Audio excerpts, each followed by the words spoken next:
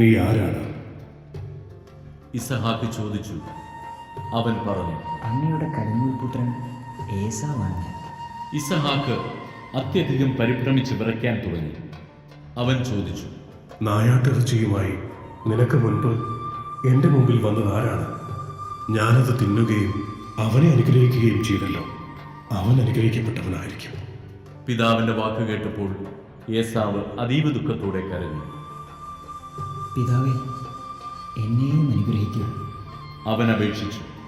ഇസഹാക്ക് പറഞ്ഞു, നിന്റെ സഹോദരൻ എന്നെ കബളിപ്പിച്ച് നിനക്കുള്ള വരം എന്നിൽ നിന്ന് തട്ടിയെടുത്തു.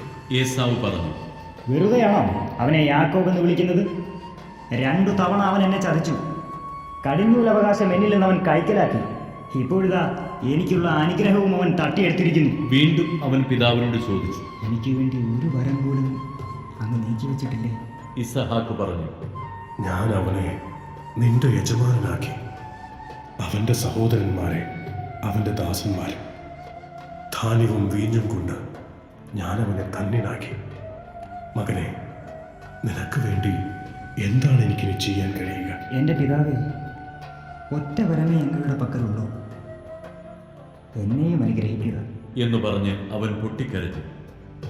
അപ്പോൾ ഇസഹാക്ക് പറഞ്ഞു, ആകാശത്തിൻ്റെ മഞ്ഞിൽ നിന്നും ഭൂമിയുടെ ഫലപുഷ്ടിയിൽ നിന്നും നീ അകന്നിരിക്കും. വാളുകൊണ്ട് നീ ജീവിക്കും. നിന്റെ സഹോദരന് നീ ദാസ്യവൃത്തി ചെയ്യും.